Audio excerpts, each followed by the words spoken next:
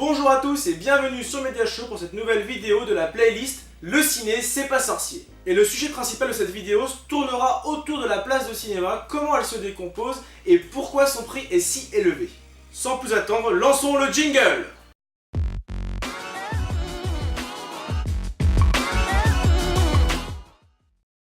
La première chose que vous devez savoir, c'est qu'en France, le prix moyen d'une place de cinéma s'élève à environ 6,50 €. Et là, je vois les hurlements arriver en disant « Mais moi, je paye 10 € au moins dans mon cinéma, sans compter les suppléments ».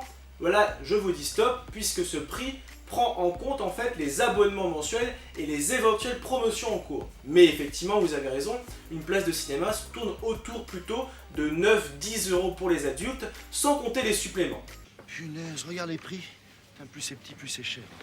Rentrons donc un peu plus dans les détails, et une place de cinéma en fait se découpe en 3 parties. Il y a d'abord, comme tout produit acheté en France, la TVA imposée par l'État, et elle s'élève pour le cinéma à 5,5%. Il y a ensuite une seconde part qui est reversée à la CNC, donc le Centre National du Cinéma et de l'Image Animée, qui est de environ 10,72% pour les films classiques et de 16,08% pour les films interdits aux moins de 18 ans au cinéma. Cette part d'argent a pour nom la TSA, la taxe spéciale additionnelle, et représente environ 40% du budget cinéma de la CNC.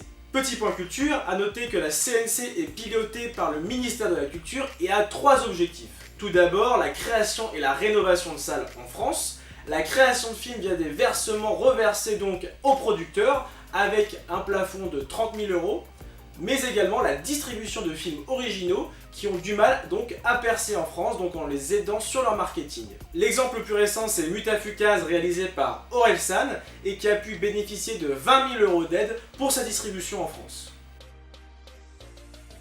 La troisième et dernière part d'argent représente donc pour un film classique 83,78%, et c'est ce qu'on appelle la base film. Cette somme se répartit à nouveau en 3 parties. Tout d'abord, 1,51% est reversé à la SACEM, qui est en fait la société des auteurs, des compositeurs et des éditeurs de musique. Et cette société va donc répartir les droits musicaux dus aux artistes. Une seconde part est reversée à l'exploitant, donc c'est le directeur de cinéma qui peut être indépendant ou relié à une société de cinéma. Donc on peut par exemple citer Pathé Gaumont, MK2 ou encore UGC.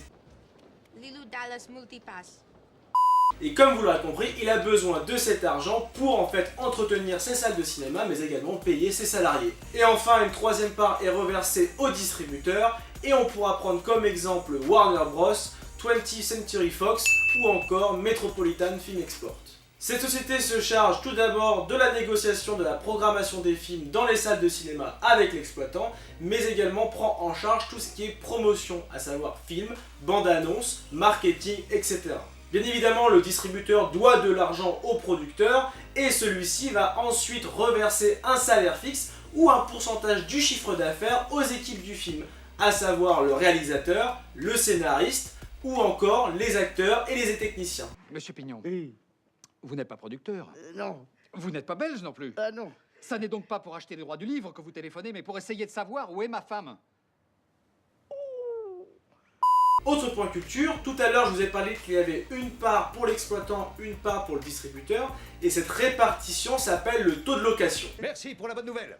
Ce taux est négocié chaque semaine et pour chaque film. Dans la majorité des cas, la semaine de la sortie du film, l'exploitant et le distributeur se partagent équitablement la recette du film, à savoir avec un taux de location de 50%.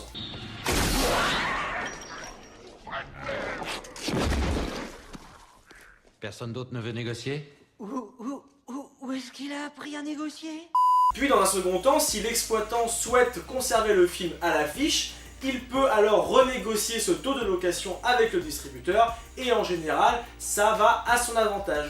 Cependant, cette théorie n'est plus trop vraie aujourd'hui puisqu'il y a tellement de films qui sortent au cinéma que en fait, les films ne restent pas très longtemps dans les salles de cinéma et au final, le taux de location tourne autour donc de 50%. Logique, n'est-ce pas?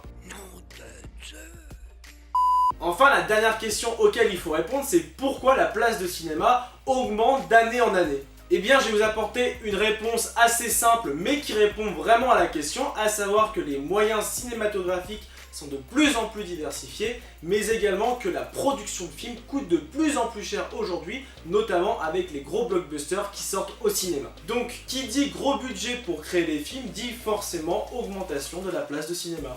Et voilà, maintenant le prix d'une place de cinéma n'a plus de secret pour vous.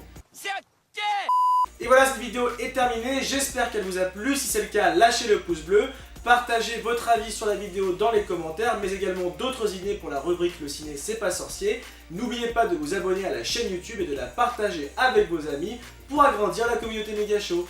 A très vite!